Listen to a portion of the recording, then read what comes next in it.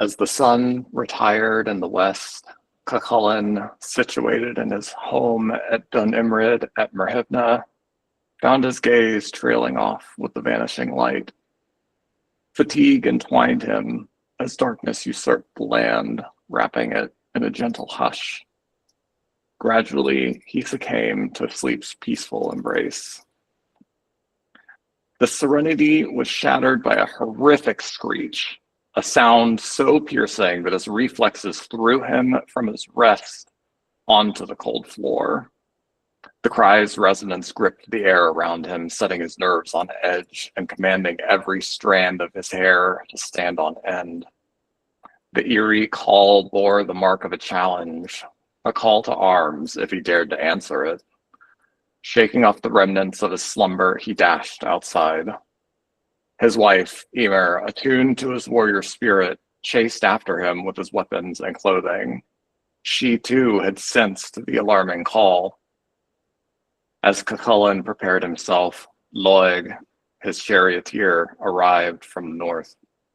"Loig, did you hear the scream?" Cú Chulainn questioned. The scream was hard to miss. It seemed to come from the northwest, across the great road of Colquhoun, Loig replied.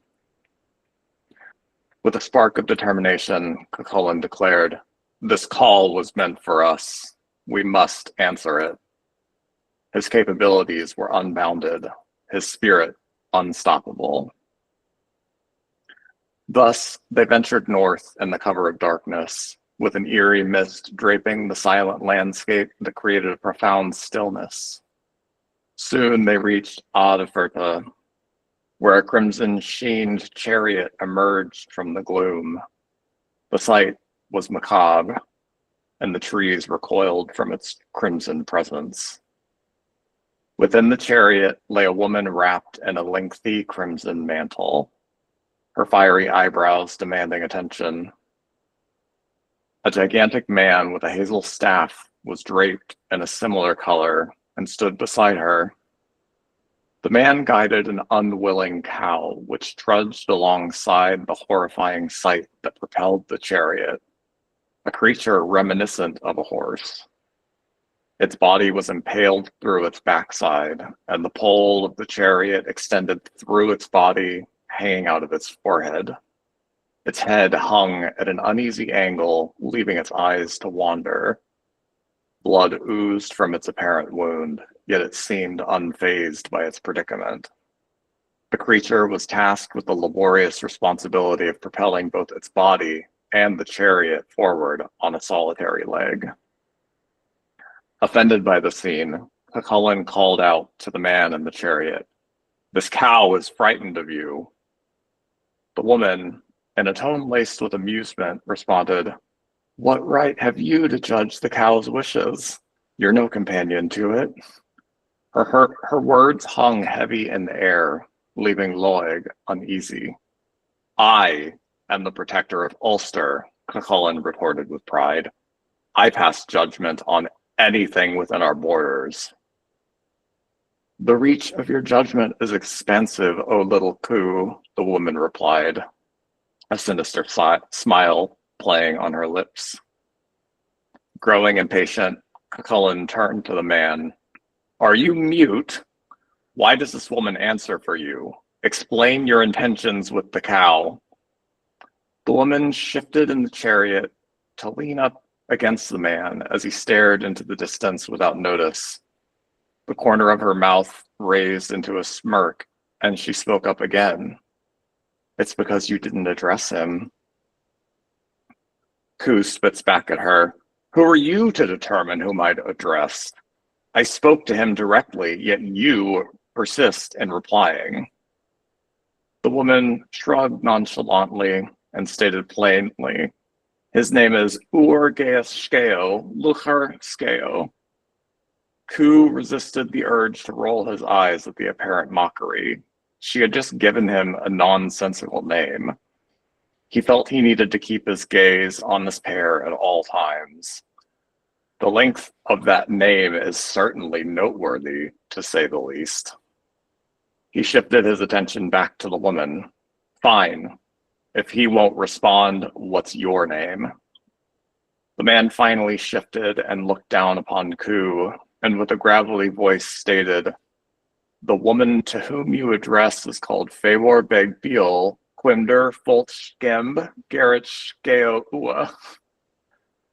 Cú's patience snapped. Seizing his spear and lunging at the woman, he roared, "Enough of your mockery. You won't belittle me with false names and nonsense." He vaulted and landed squarely on the shoulders of the crimson woman, driving his spear downward with force, halting just short of impaling it through her skull. She remained unflinching in the face of this threat, peering at Loig from between Cú's legs, her amusement gradually morphing into annoyance. "Your threats are insignificant. You would do well to choose another target for your sharp toys," she retorted, her words imbued with venom and caution. "Tell me your name," Cú demanded, his fury ignited by her continued insolence. Maintaining her gaze on Loig, she acquiesced. "Very well.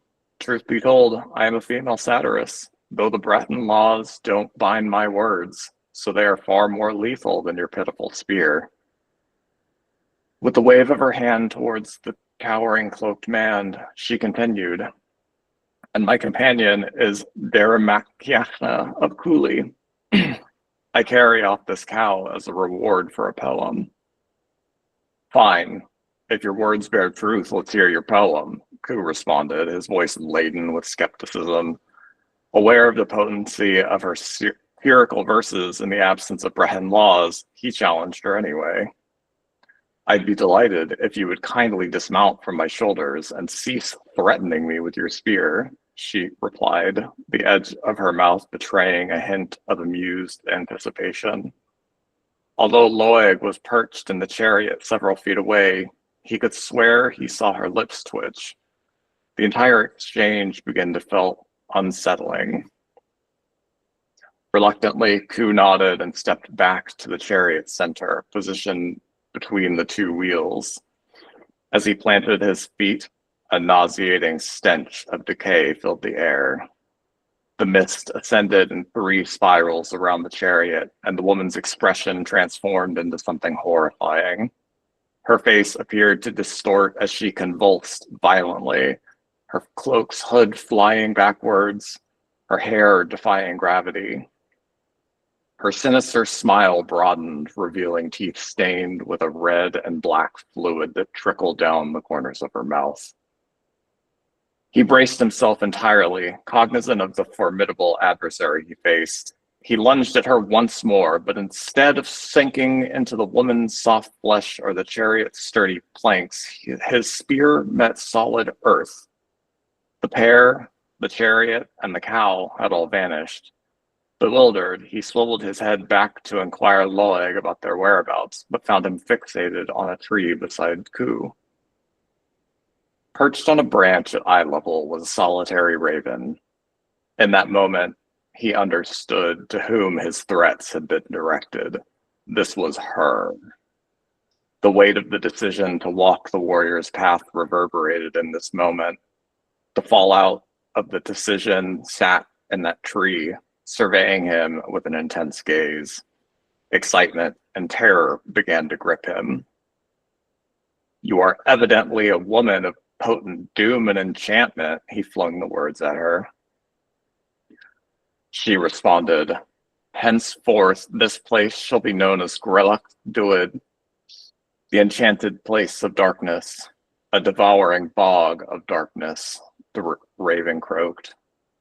Her words seemed to seep into the soil as the trees trembled around them. Their leaves rustled with discomfort, and their branches recoiled from the raven. Her proclamation had sealed their fate, and this grove was destined to be consumed by a bog. "Had I known your identity, I would not have refrained from driving my spear through your skull," he retorted, standing tall, undaunted. The raven whispered ominously, "Your actions today will bring you ill fortune." "Hardly. What harm can you possibly inflict on me?" "Nothing. Absolutely nothing," he replied defiantly. You are aware of who I am, and I can certainly cause harm. I am the sentinel of your deathbed, little Cú. Now, I will be present at the moment you transition out of this world. I brought this cow from the She of Cruachan so she could breed with the bull of Dare Macfiachna, the dawn of Cooley. The calf she carries marks your death. Your lifespan is as limited as the calf she will bear, and this will trigger Táin Boculi, she said. As she spoke, he knew her words were truth. He could sense a shift within himself, but no challenge was insurmountable. If that's the case, then my name shall gain greater renown as a result of this Táin. I will vanquish the warriors of this raid. I will wage epic battles for my people, and I will endure the onslaught, he retorted, crossing his arms defiantly against his chest.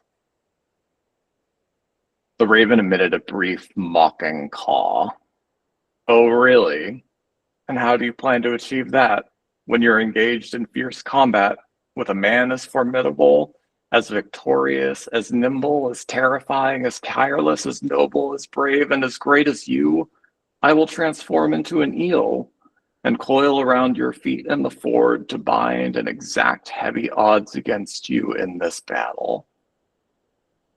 I swear by the gods of my people that I will smash you against a rock, a mossy stone of the ford, to shatter your form and inflict a wound that will not heal without my blessing, he shot back. Then I shall become a gray wolf and tear the flesh from your right hand till it extends to your left, the crow vibrated with exhilaration at the thought. I will bludgeon you with my spear until one of your eyes is forced from its socket, exacting a wound that will not heal without my blessing, he retorted once more, standing firm in his defiance. The raven hunkered down, extending its wings. I will become a white cow with crimson ears, and I will enter the pond beside the ford. As you struggle for your life in combat, I will marshal the force of 100 white crimson-eared cows. Together we will rush into the ford, and together we will test the fairness of combat, reducing you to a state of vulnerability so your adversary can sever your head from your neck.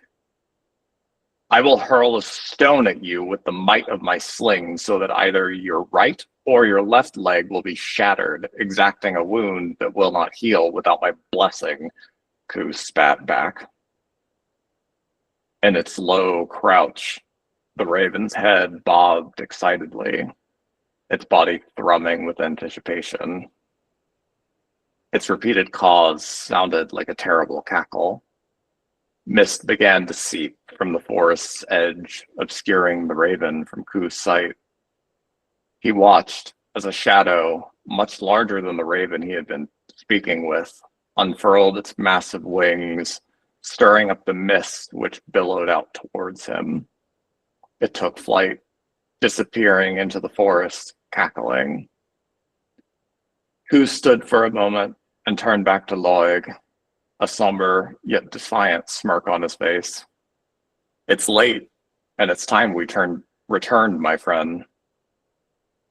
Sufficiently sobered by the exchange, Loig nodded, unable to shake off the disquiet that had settled in his gut.